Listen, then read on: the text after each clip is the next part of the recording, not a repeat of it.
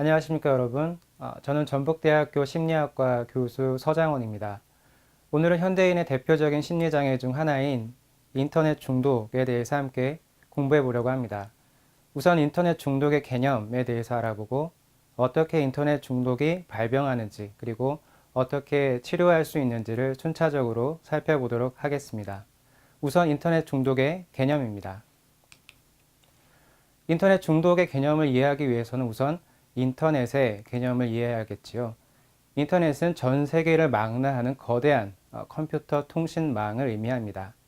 인터넷이 있기에 우리는 지구 반대편에 있는 친구의 소식을 곧바로 확인할 수 있고 멀리 떨어져 있는 사람들과 인터넷으로 화상 회의도 가능합니다. 또한 세계적인 석학들의 연구와 강의도 매우 빠른 속도로 확인할 수가 있습니다.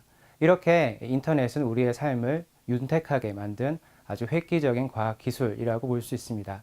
하지만 인터넷을 과도하게 사용할 경우에는 다양한 심리적인 부적응을 초래하게 됩니다. 자, 사례를 몇 가지만 살펴보도록 하겠습니다. 우선 첫 번째 사례는 고등학교 2학년 남학생입니다. 이 학생은 대체로 성실한, 착실한 학생입니다.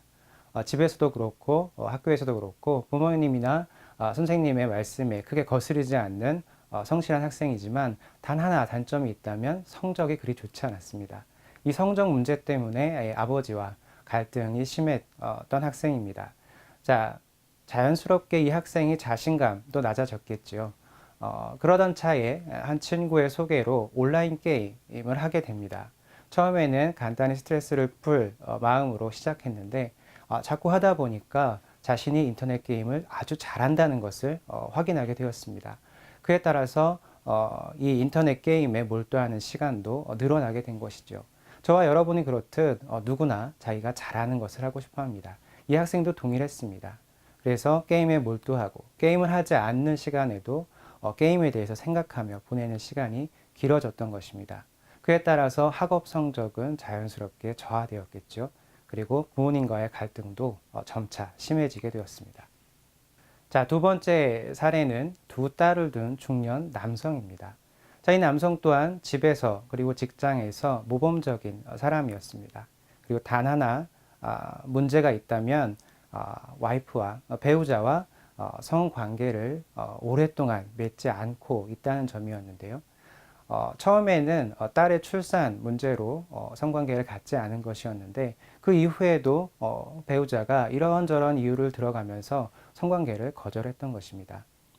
이 남편분도 처음에는 이해하려고 애썼지만 시간이 흐를수록 불만이 쌓여갔습니다. 그러던 차에 친구의 소개로 한 온라인 사이트를 들어가게 됩니다. 이 온라인 사이트는 다양한 음란물 그리고 다른 사람과의 음란 채팅이 가능한 사이트였습니다.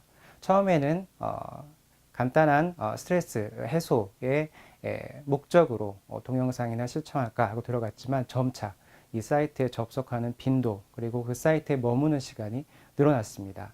심지어는 이 온라인 사이트에서 만난 상대와 오프라인에서 성관계를 맺으면 어떨까 하는 생각에까지 이르게 되었습니다.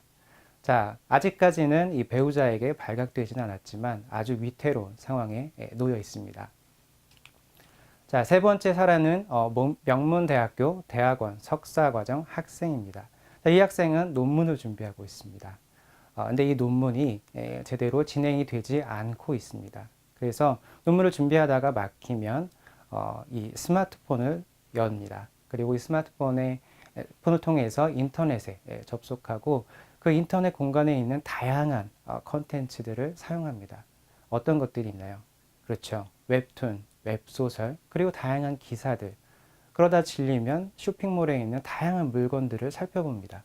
그리고 그 물건들을 사용하고 있는 사람들의 블로그, 인스타그램 등을 검색하는 것입니다. 그렇게 시간을 보내다 보면 어느덧 새벽 3시, 그제서야 부랴부랴 논문을 준비하지만 이 피곤한 정신을 가지고 어느 정도로 논문을 준비할 수 있겠습니까? 자연스럽게 이 논문 진행에는 차질을 겪게 되고 급기야 지도 교수도 이번 학기에는 논문을 완성하기 어렵겠다라는 말을 하기에 이르렀습니다. 자, 이렇게 과도한 인터넷 사용으로 인해서 직업적 혹은 대인관계적 문제를 경험하고 혹은 주관적인 심한 고통을 경험하는 경우를 인터넷 중독이라고 합니다.